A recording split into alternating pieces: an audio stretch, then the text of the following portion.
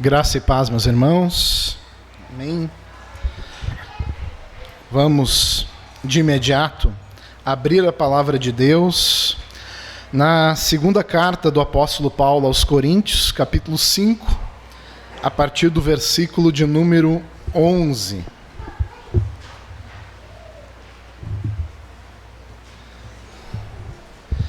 Segunda carta do apóstolo Paulo aos Coríntios, capítulo 5, a partir do verso de número 11. E hoje eu fui um pouco mais esperto, eu coloquei o texto bíblico no esboço para não dividir o espaço, que é pequeno entre a Bíblia e as anotações. Diz assim a palavra do Senhor. Nós vamos ler do verso 11 até o capítulo 6, verso 2. E assim, conhecendo o temor do Senhor, persuadimos os homens e somos cabalmente conhecidos por Deus. Espero que também a vossa consciência nos reconheça. Não nos recomendamos novamente a vós outros. Pelo contrário, damo-vos ensejo de vos gloriardes por nossa causa, para que tenhais o que responder aos que se gloriam na aparência e não no coração. Porque se enlouquecemos, é para Deus, e se conservamos o juízo, é para vós outros. Pois o amor de Cristo nos constrange, julgando nós isto: um morreu por todos, logo todos morreram. E ele morreu por todos, para que os que vivem não vivam mais para si mesmos, mas para aquele que por eles morreu e ressuscitou. Assim que nós, daqui por diante, a ninguém conhecemos segundo a carne, e se antes conhecemos Cristo segundo a carne, já agora não o conhecemos deste modo. E assim, se alguém está em Cristo, é nova criatura. As coisas antigas já passaram, eis que se fizeram novas. Ora, tudo provém de Deus, que nos reconciliou consigo mesmo por meio de Cristo e nos deu o ministério da reconciliação.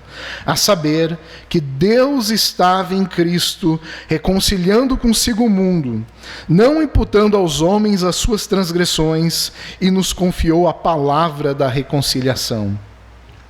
De sorte que somos embaixadores em nome de Cristo, como se Deus exortasse por nosso intermédio. Em nome de Cristo, pois, rogamos que vos reconcilieis com Deus. Aquele que não conheceu o pecado, ele o fez pecado por nós, para que nele fôssemos feitos justiça de Deus. E nós, na qualidade de cooperadores com ele, também vos exortamos a que não recebais a graça de Deus em vão, porque ele diz: eu te ouvi no tempo da oportunidade e te socorri no dia da salvação. Eis agora o tempo sobremodo oportuno, eis agora o dia da salvação. Amém? Podem vos assentar.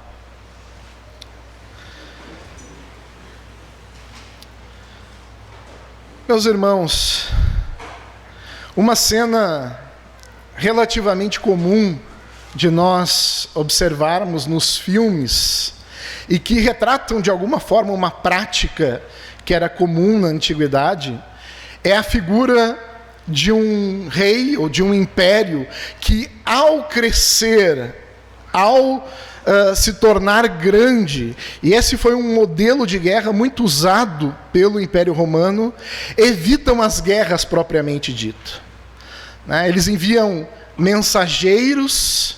Isso nós vemos retratado nos filmes. Eu me lembro, por exemplo, do filme 300, quando o rei Xerxes envia um mensageiro até Esparta para negociar termos de paz. Era comum, o Império Romano fez muito isso. Conquistou muitas regiões sem precisar de uma batalha. À medida que era um império muito mais forte, crescente, era bom para ambos os lados evitar as mortes, as baixas da guerra, e eles acabavam enviando mensageiros que negociavam termos de paz.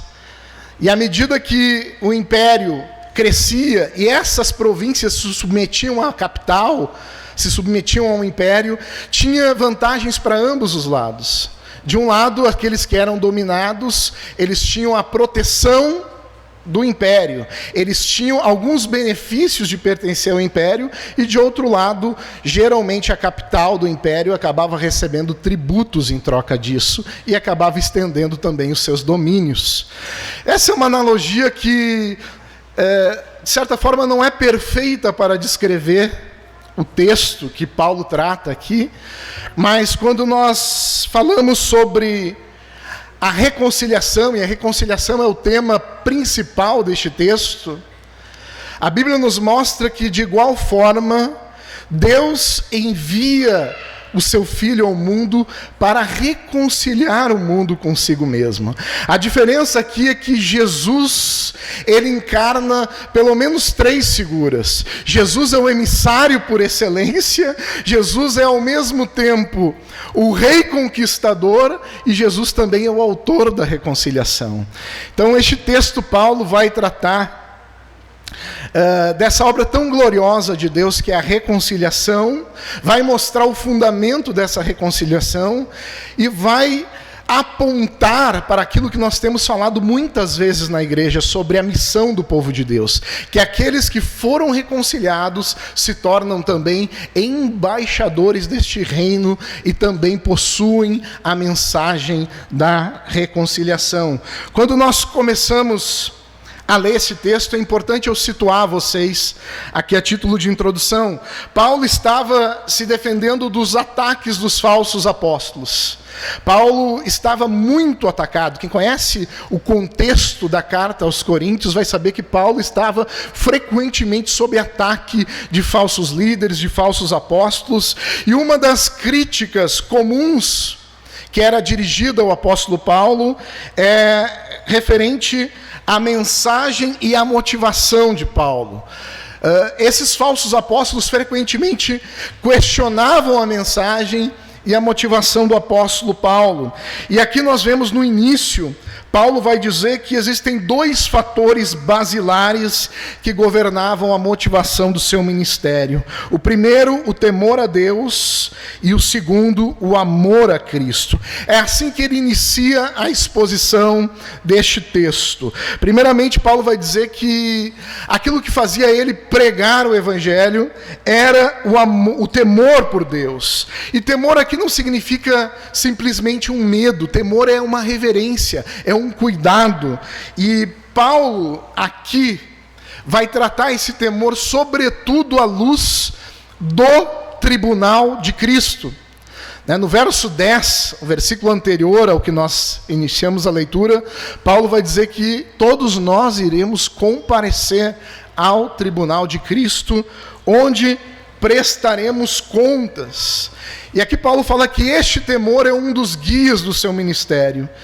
E fica a pergunta, diante daquilo que Paulo apresenta, como nós nos preparamos para comparecermos ao tribunal de Cristo? E Paulo vai oferecer aqui 3 respostas.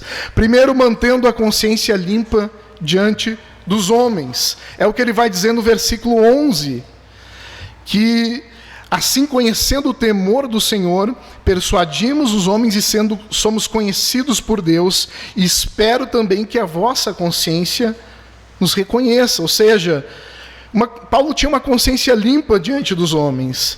E aqui uma coisa que eu acho que é um fundamento dessa consciência: aqueles que temem a Deus, e somente aqueles que temem a Deus, podem ter uma consciência limpa diante dos homens.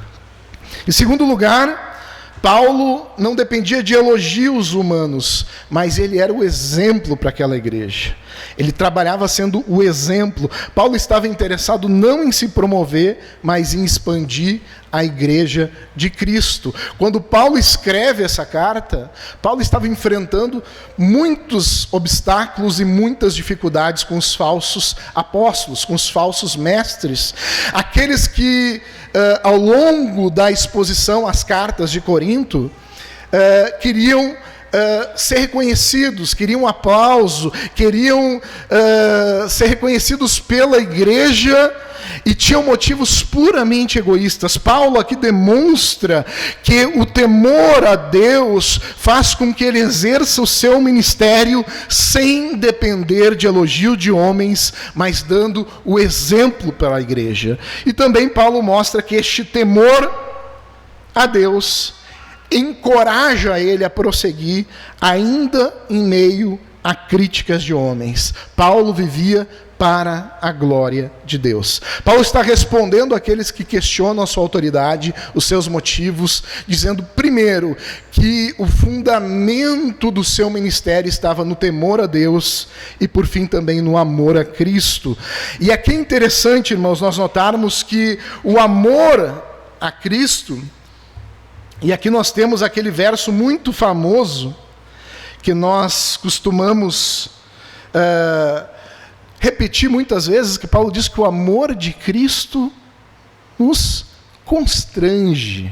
Ou seja, a pregação do apóstolo Paulo, a pressão que Paulo sentia por pregar o evangelho, ela advinha do amor constrangedor de Cristo pelos seus filhos. À medida que eu sou alvo deste amor, à medida que este amor é um amor não merecido, como nós cansamos de ouvir na igreja, este amor de Cristo nos leva a nos dedicarmos ao serviço do reino de Deus.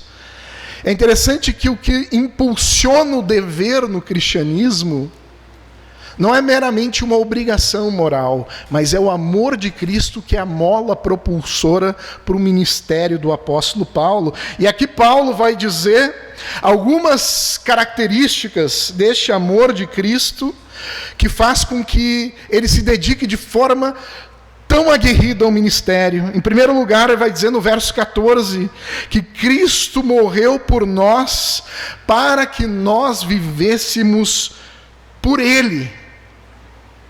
Esse é o Evangelho. Cristo morreu por nós para que nós vivêssemos por Ele, pois Ele morreu a nossa morte para vivermos a sua vida. Quando Jesus morreu, todos nós morremos nele. Jesus é tanto nosso representante quanto nosso substituto. Então o amor de Cristo, como mola propulsora, e nós temos falado muito disso, da missão da igreja, foi um dos temas basilares da pregação do domingo passado, é aquilo que move a igreja a cumprir o seu papel e a sua missão.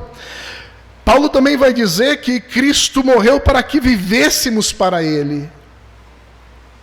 E esse é um texto muito forte. Eu vou até ler com os irmãos, 2 Coríntios, capítulo 5, desculpe. O texto que nós estamos lendo, verso de número 15. Leia com atenção este texto. Reflita, medite sobre o conteúdo deste texto. Paulo vai dizer, Ele morreu por todos, para que os que vivem não vivam mais para si mesmos, mas para aquele que por eles morreu e ressuscitou. O serviço cristão tem no fundamento o amor de Cristo por nós. Ele morreu por todos. Para o quê? Para nos conquistar, para nos fazer parte do seu reino. E é este amor que nos leva a servi-lo. Cristo morreu para que vivêssemos nele.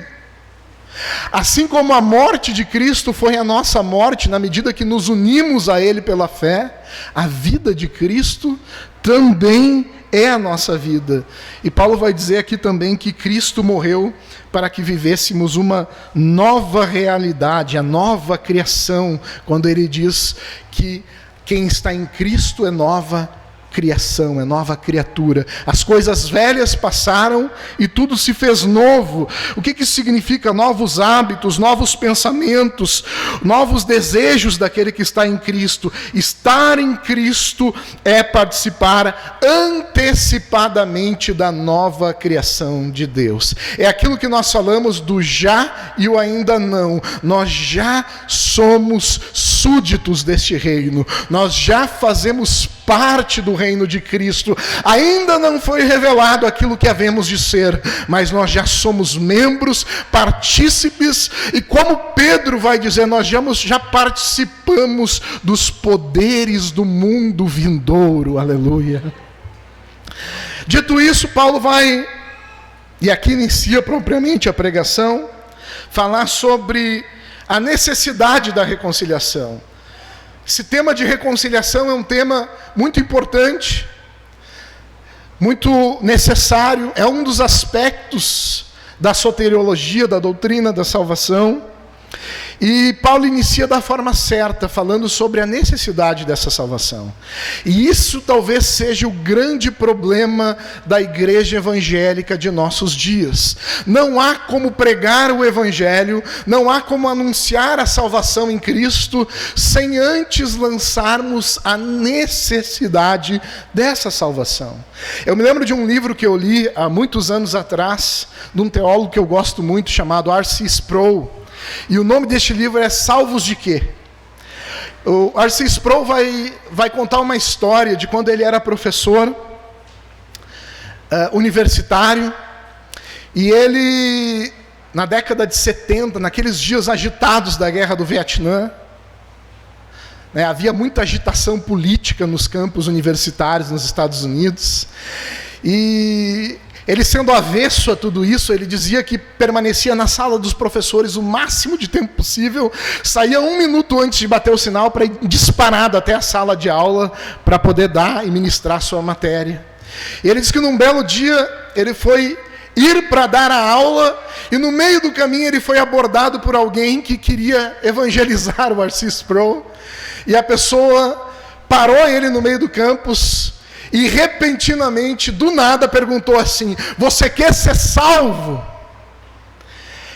Ele disse que entrou em choque com aquele questionamento, e o primeiro questionamento que ele fez para a pessoa é: salvo de quê? Nesse livro, o R.C. Sproul vai falar que nós somos salvos de Deus, por Deus e para Deus. Nós somos salvos da ira de Deus contra o pecado. Nós somos salvos pela obra de Jesus Cristo, Deus encarnado, e para a glória do Deus Trino.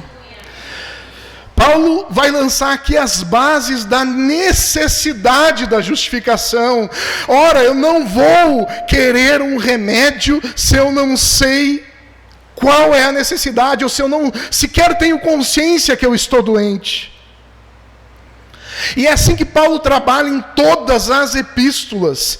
Quando você vai ler, por exemplo, a carta do apóstolo Paulo aos Romanos, depois que ele se apresenta para a igreja, depois que ele introduz o tema da carta, no capítulo 1, verso 18, ele inicia a exposição do evangelho como? Dizendo: ora, a ira de Deus é revelada no céu contra toda impiedade e justiça dos homens que detêm a verdade pela injustiça. Ele não inicia com a obra da cruz do Calvário, porque antes da cruz nós temos que entender qual é a nossa necessidade.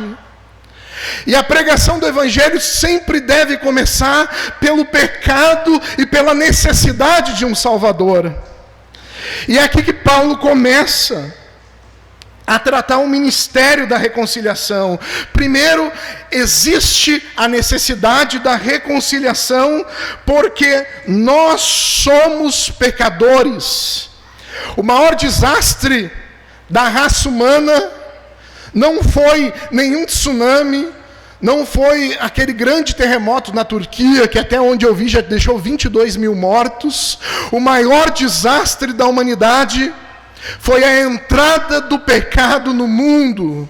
Quando os nossos primeiros pais pecaram, lá no Jardim do Éden, aquele pecado deles, como nosso representante federal, atingiu absolutamente toda a raça humana. É por isso que Davi vai dizer no Salmo 51, verso 5, que em pecado me gerou a minha mãe. Ele está dizendo que ele nasce com aquela propensão, com aquela natureza de ser inimigo de Deus. O pecado dessa forma atingiu toda a raça humana, não apenas a humanidade. Paulo vai dizer no capítulo 8 de Romanos que inclusive a criação foi afetada pelo pecado do homem. O pecado provocou um abismo espiritual, separando o homem de Deus. um abismo social separando o homem do seu próximo, um abismo psicológico separando o homem de si mesmo, um abismo ecológico separando o homem da natureza. E nesse mundo, manchado pelo ódio, ferido pelo pecado e distante de Deus, a reconciliação é uma necessidade imperiosa. A necessidade da reconciliação se justifica pelo estado caído da raça humana. E aqui é importante eu abri um parênteses, porque normalmente esse é um grande obstáculo do evangelismo. Quando nós vamos apresentar a Jesus, as pessoas têm dificuldade de se verem como pessoas más, como inimigas de Deus. E elas costumam dizer: eu sou uma pessoa boa, eu não roubo ninguém, não defraudo ninguém, vivo a minha vida no meu canto. E esse é um grande engano que leva as pessoas ao erro.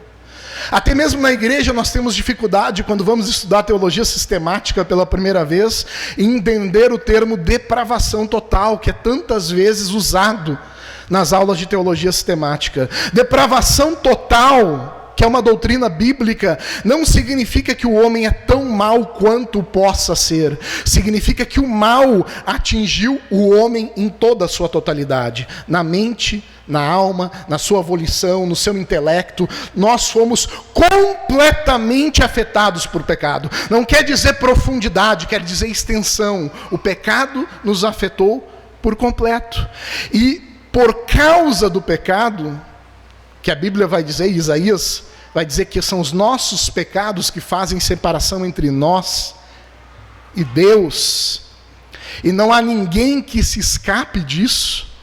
Basta lermos Romanos capítulo 3 em diante, quando Paulo vai dizer que não há nenhum justo, todos pecaram, todos se extraviaram. Isaías 64:6 vai além, ao dizer que até mesmo os nossos atos de justiça. Sabe aquele dia que você tem vontade de dar um tapinha no seu ombro e dizer: hoje eu fui bem, hoje eu tive um dia muito bom. Até mesmo isso não passa de trapo de imundície. Sabe o que é trapo de imundície? É aquele pano que era usado para encobrir a lepra. Podre, sujo. Nós precisamos de um reconciliador, porque a parte de Cristo nós estamos perdidos e somos inimigos de Deus. A palavra grega aqui, para reconciliação, expressa a ideia de unir duas partes que estavam em conflito. A partir do momento que o homem peca, ele está em uma situação de conflito com Deus. No Novo Testamento, ela vai ser usada principalmente para descrever o restabelecimento das relações entre Deus e o homem.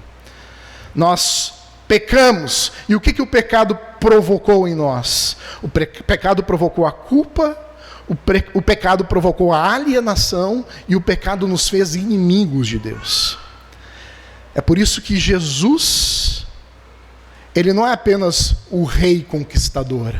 Jesus é aquele que conquista, o soberano conquistador, o autor da reconciliação e o mensageiro por excelência da mensagem da reconciliação. Vamos descarregar aqui alguns pontos. O homem precisa se reconciliar com Deus porque o pecado o afasta de Deus. É isso que a Bíblia vai dizer em Romanos, capítulo 3, verso 23. Todos pecaram e destituídos estão da glória de Deus. A reconciliação, meus irmãos, é necessária porque existe uma barreira alienadora entre Deus e os homens, e essa barreira se chama pecado. A reconciliação é precisamente a remoção dessa barreira. Em segundo lugar, o homem precisa se reconciliar porque o impulso do seu coração é contra Deus.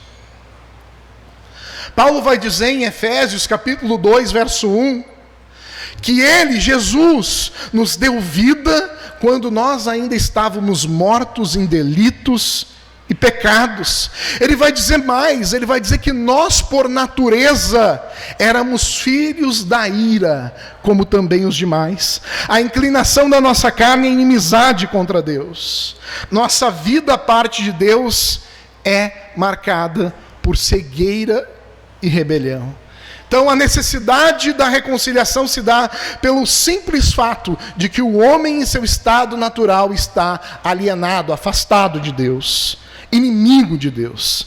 Em segundo lugar, Paulo vai tratar aqui sobre o autor da reconciliação.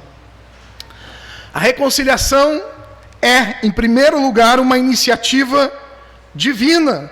É o que ele vai dizer no verso 18 do capítulo 5, quando ele diz: ora, tudo isso provém de Deus. O homem é o ofensor e Deus é o ofendido.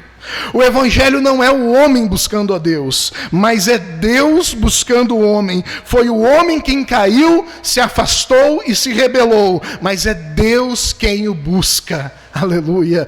Diferentemente daquele padrão de etiqueta nosso, humano, que diz que aquele que ofende tem que buscar a reconciliação.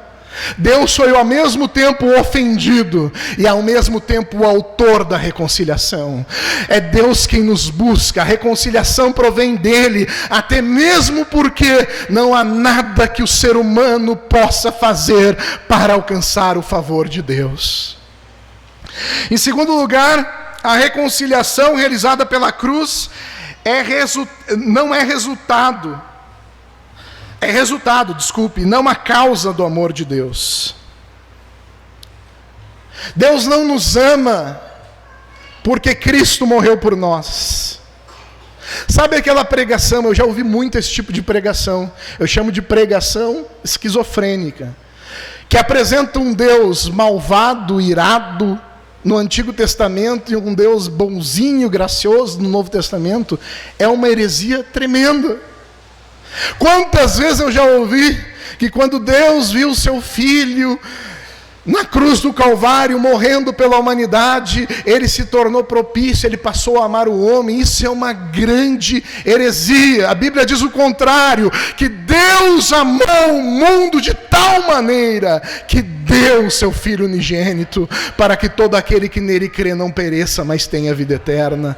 A cruz não é a causa do amor de Deus, ela é resultado do amor de Deus, porque Deus amou o homem, Deus providenciou um meio de reconciliação do homem consigo mesmo.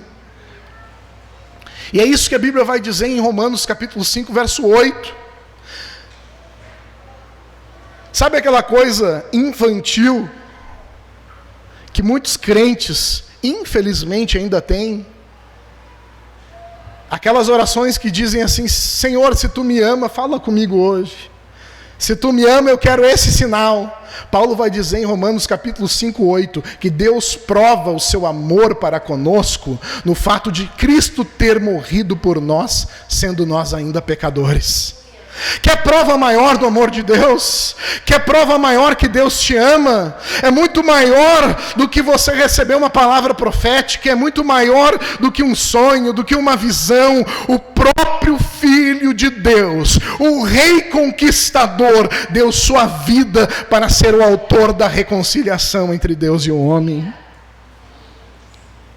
A cruz de Cristo foi o preço que Deus pagou para nos reconciliar consigo mesmo. E é isso que Pedro vai dizer em 1 Pedro capítulo 1, verso 18 e 19, que não foi com coisas corruptíveis como prata ou ouro que o Senhor nos comprou, mas com o próprio sangue do seu Filho, que ele redimiu para si um povo seu. Aleluia. Jesus é apresentado por Paulo como aquela ponte que nos liga a Deus. Uma vez que nós estávamos alienados de Deus, que o pecado nos afastou de Deus, nos tornou inimigos de Deus, Jesus, o Deus encarnado, é o único que pode reconciliar a criatura com o Criador, o Deus com os homens. É isso que o apóstolo Pedro disse ousadamente em Atos capítulo 4, verso 12, Quando ele pregando perante as autoridades, ele vai dizer: não há nenhum outro nome dado nos céus ou na terra, pelo qual importa que sejamos salvos, a não ser o nome de Jesus. É isso que Paulo vai dizer na sua carta a Timóteo, quando ele diz que há um só Deus e um só reconciliador entre Deus e os homens, Cristo Jesus homem. Cristo é o único caminho que nos liga a Deus, é a única porta de entrada no céu, é o único mediador entre Deus e os homens. E aqui uma analogia bela: ele é a escada mística de Jacó, que liga a terra e o céu. Jesus reconcilia, ou nos reconcilia com Deus, pela sua morte. Paulo vai dizer em Colossenses capítulo 1, verso 20, que Jesus fez a reconciliação pelo seu sangue na cruz. O que é isso, Isaac? Isso é doutrina da substituição. Nós estamos entrando no coração do Evangelho. Cristo assumiu o nosso lugar como representante e fiador. Ele pagou a nossa dívida e morreu em nosso lugar para nos abrir um novo e vivo caminho ao Pai. A cruz de Cristo é a ponte entre o céu e a terra, e nenhuma pessoa pode se chegar a Deus a não ser através de Jesus. É por isso que a nossa mensagem incomoda tanto. Ninguém se incomoda em ouvir de Jesus. Ninguém se incomoda, a não ser alguns poucos lugares extremistas, em ouvir sobre a história de um judeu que viveu no primeiro século, que morreu sob a autoridade do Império Romano. Ninguém se incomoda disso. Ninguém se incomoda em nos declararmos cristãos de uma forma genérica. O cristianismo, ele é confrontador na medida em que ele é exclusivista. Na medida em que ele afirma, aliás, como o próprio Jesus disse: eu sou o caminho, a verdade e a vida, e ninguém chega ao Pai senão por mim. Qual é a base dessa reconciliação que Jesus comprou para nós? E aqui está a glória do Evangelho, irmãos. Percebam quão belo é isso. Eu anotei essa frase: o justo justifica o injusto, sem deixar de ser justo, pela imputação da sua justiça ao injusto. Eu vou repetir: o justo justifica o injusto, sem deixar de ser justo, pela imputação da justiça do justo ao injusto. Deus é justo e justificador daquele que tem fé em Cristo, como Paulo diz em Romanos capítulo 3, verso 26. Aqui nós temos a doutrina mais bela do mundo. Jesus é justo e justificador, nós somos justos justificados. A reconciliação a que Paulo vai nos mostrar se baseia num processo de imputação. Tal como a justificação, ela é forense, é um ato declaratório de Deus. Significa que alguém pôs algo em nossa conta. Imputar, e essa é exatamente a ideia no termo grego, significa pôr algo em conta. Imputação é um termo do ramo financeiro. Significa simplesmente pôr algo na conta de alguém. Se eu pegar aqui, eu vou usar o Israel como exemplo aqui. Se eu fizer um Pix de algum valor e colocar uma chave Pix dele, eu vou estar imputando um valor na conta corrente dele. É um processo de transferência, de pôr algo na conta de alguém. Quando Jesus morreu na cruz, todos os pecados lhe foram imputados. Eu não vou entrar aqui no mérito se foi o pecado do mundo ou dos eleitos, mas os pecados foram imputados a Cristo. Todos os pecados. Tudo. Por isso, não há como o homem possa ir tão fundo ao ponto de estar longe do perdão e da restauração de Deus. Mas o meu pecado é grande demais, Isaac. Eu luto contra algum pecado. Na medida que você se rende a esse rei conquistador, você vai enxergar que o próprio Filho de Deus foi açoitado, humilhado, castigado, a morte mais vergonhosa e desgraçada que existia. Paulo vai chegar a dizer na carta aos Gálatas que ele se fez maldito por nós, para que nós pudéssemos ser abençoados, reconciliados, feitos filhos. Quando Jesus morre na cruz, os nossos pecados são imputados a Ele, ou seja, foram postos na conta de Jesus. E foi por isso que lá no madeiro, o próprio Filho de Deus, irmãos, grita: Eli, Eli, lama sabachthani, Deus meu, por que me desamparaste? Ele se fez maldito naquele momento. Ele recebeu os nossos pecados. Ele recebeu a nossa culpa. Em decorrência disso, todos esses pecados foram pagos. E Deus já não nos condena mais por eles. É por isso que Paulo vai dizer que já não resta nenhuma condenação para aqueles que estão em Cristo Jesus. Deus não fechou os olhos para o pecado, Deus puniu o pecado no seu Filho. Mas não para por aí. Existe uma dupla imputação. Jesus recebeu os nossos pecados para que nós pudéssemos receber a sua justiça perfeita. Você já viu que coisa maravilhosa? Jesus recebeu os nossos pecados. Eu vou fazer um retrospecto do ponto de vista contábil aqui. Para quem não sabe, eu também sou contador. Nós iniciamos em débito, saldo negativo. Quando há essa troca na cruz, nós não ficamos no 0 a 0. Não há apenas um perdão de pecados, a justiça perfeita. Um saldo que financeiramente seria muito maior do que aquilo que tem Jeff Bezos na conta. Um saldo infinitamente grande é creditado na conta dos filhos de Deus, de sorte que não apenas eles não devem mais nada do ponto de vista legal, agora eles têm o saldo positivo, acesso a Deus, acesso ao Pai. É o que Paulo vai nos dizer na carta aos Romanos, capítulo 5, que justificados pela fé, nós temos paz com Deus, e não apenas paz, nós temos acesso a Deus e esperança na glória futura. Aleluia. A reconciliação baseia-se na imputação.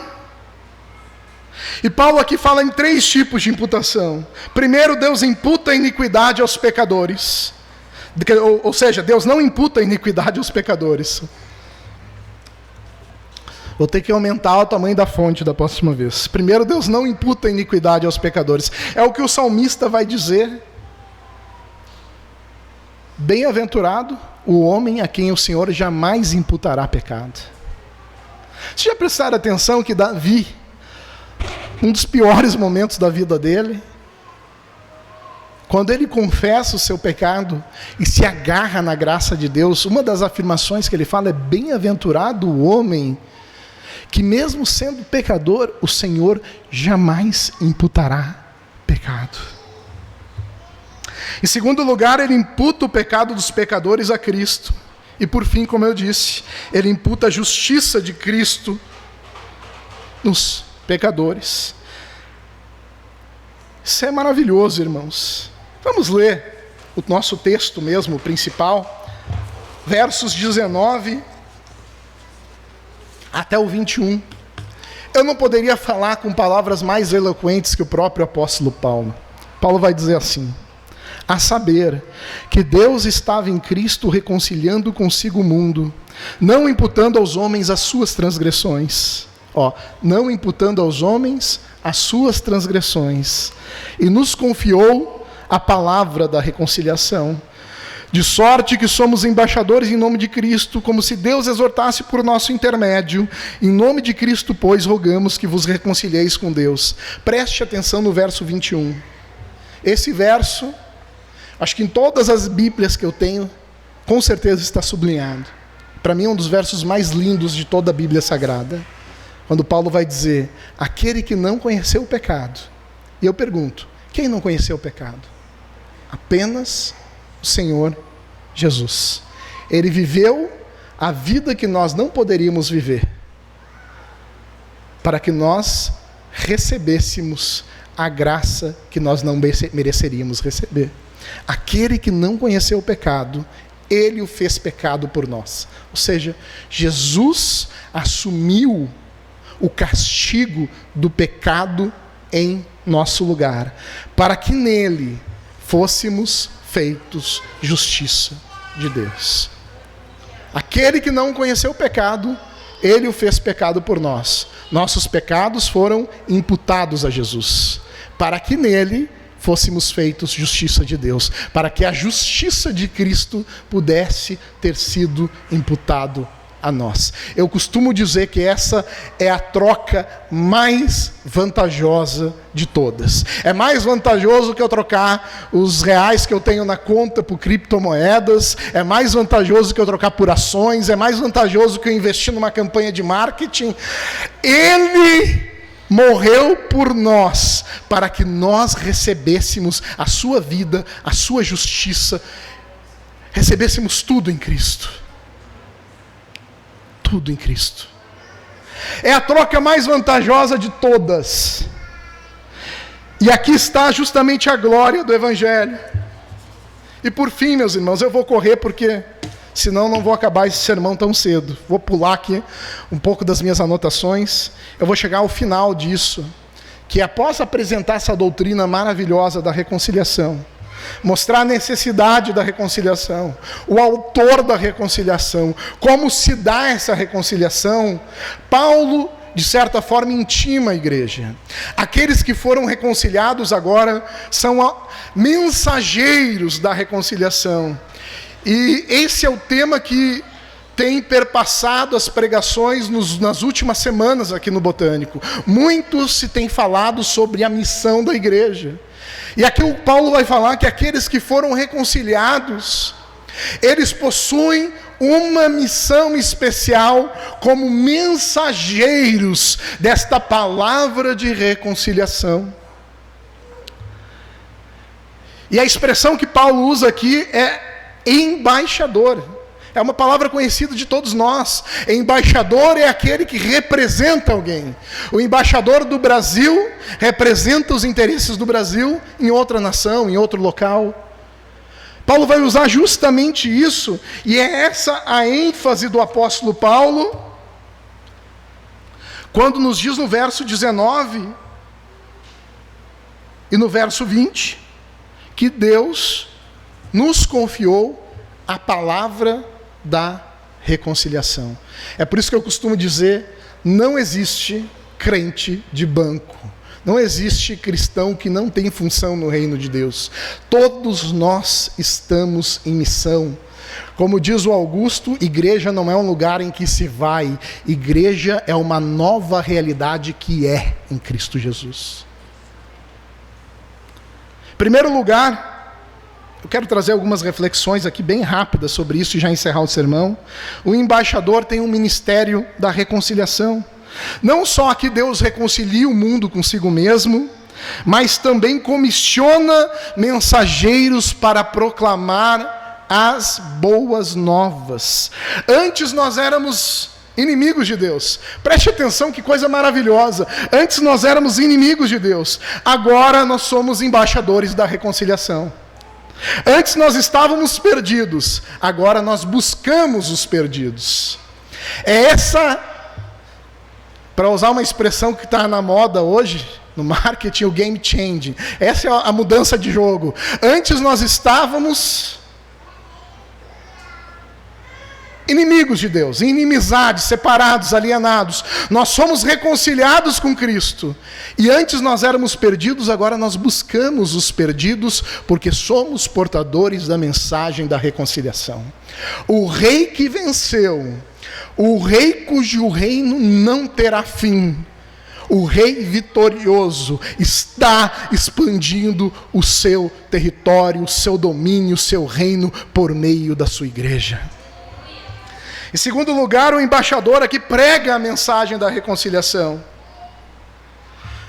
A mensagem é clara, a mensagem é simples.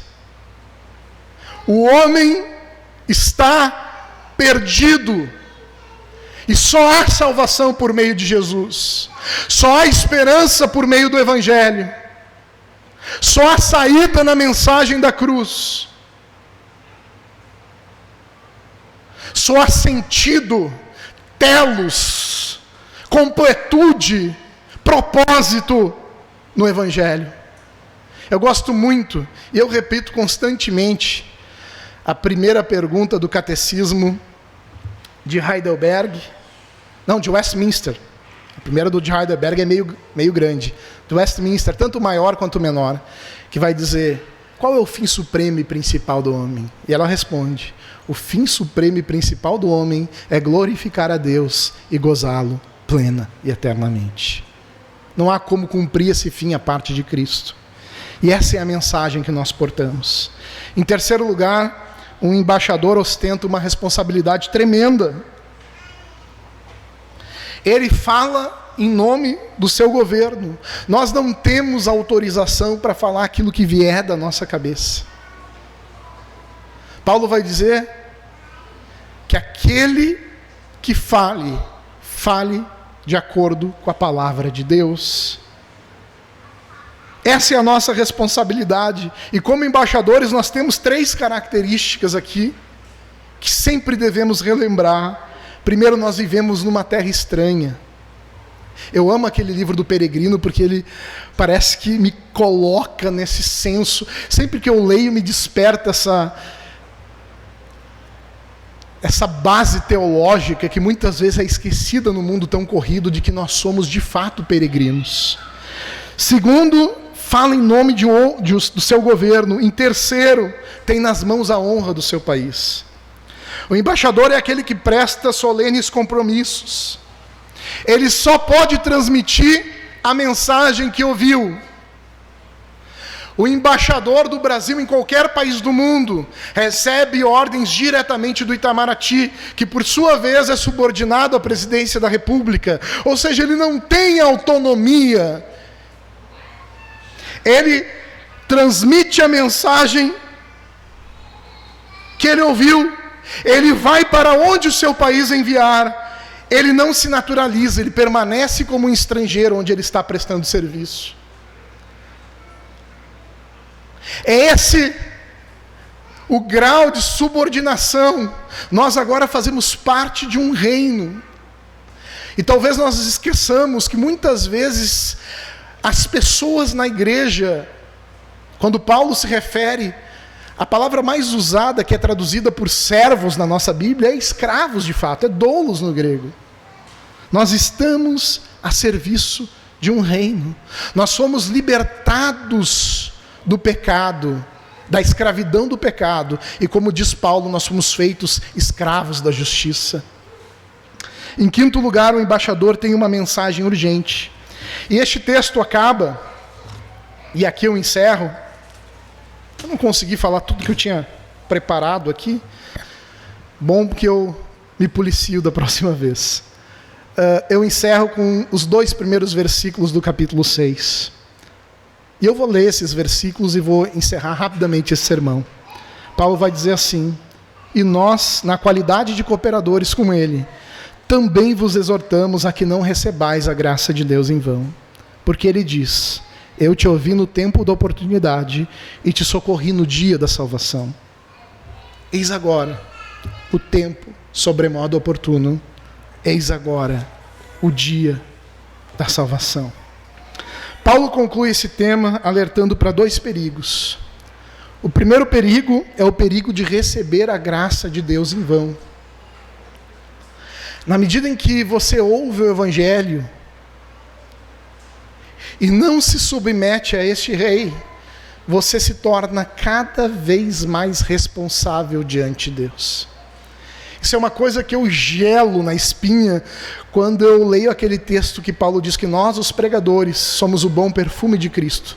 Para uns, cheiro de vida para a vida, mas para outros, cheiro de morte para a morte. Quando nós ouvimos o Evangelho, há uma solene responsabilidade diante de Deus. Quem rejeita esta oferta de paz e de reconciliação só pode alimentar uma expectativa terrível de juízo.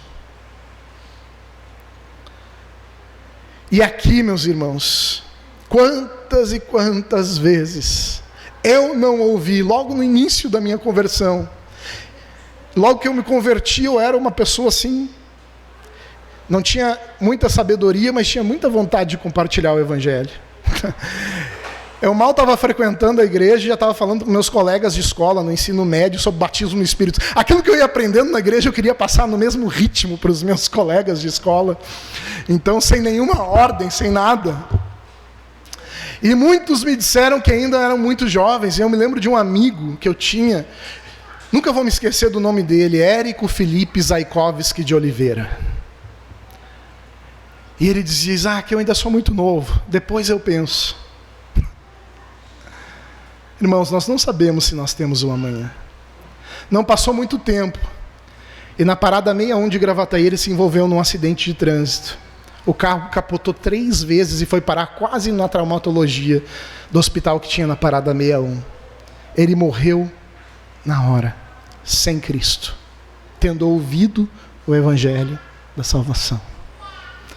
Nós não sabemos se nós temos amanhã.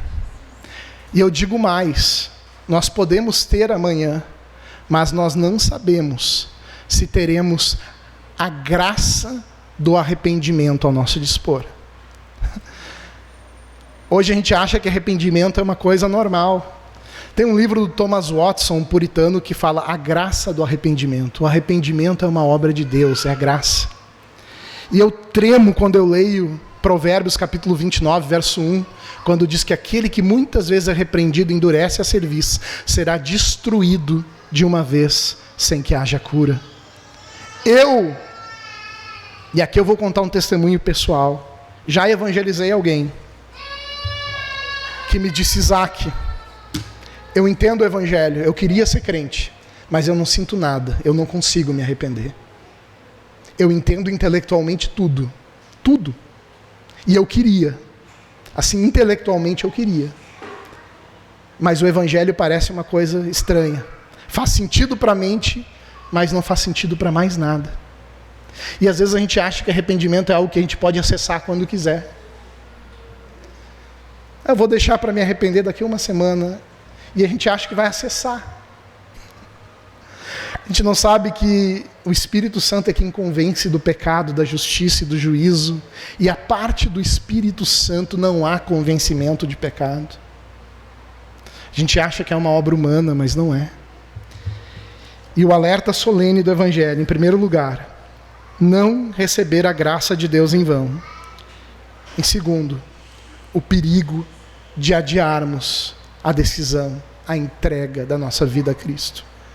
Paulo vai dizer de forma categórica: eis aqui agora o tempo sobremodo oportuno. Eis aqui agora o dia da salvação. Vamos orar. Pai amado, nós te damos graças, Senhor, pela tua palavra. Tu és o autor da reconciliação. Nós somos os ofensores e o Senhor é o ofendido, e ainda assim o Senhor nos restaurou, nos salvou, nos reconciliou, nos justificou pela obra do teu Filho na cruz do Calvário. Que grande presente, que graça maravilhosa.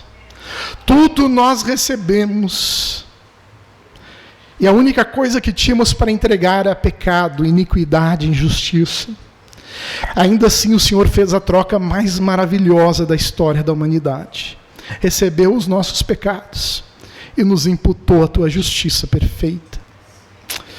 Pai, que coisa maravilhosa é o teu Evangelho, Senhor. Aleluia.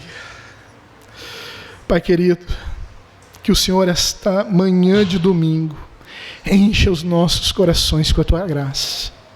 Que a nossa consciência seja apurada, Senhor, para essa mensagem tão maravilhosa e que venhamos a nos engajar, Senhor. Nos engajar como Teu povo. Nos envia ao mundo, Senhor, como sal e luz, como mensageiros da palavra da reconciliação. E usa, Senhor, esta igreja aqui no Jardim Botânico, a fim de expandir os Teus domínios na terra, Senhor. É o que nós te pedimos por Cristo Jesus, nosso Senhor. Amém e amém. Vamos nos colocar em pé, meus irmãos, e vamos responder a palavra de Deus, adorando o Senhor e também contribuindo. Você que trouxe sua oferta, faça isso não por constrangimento, mas com alegria, porque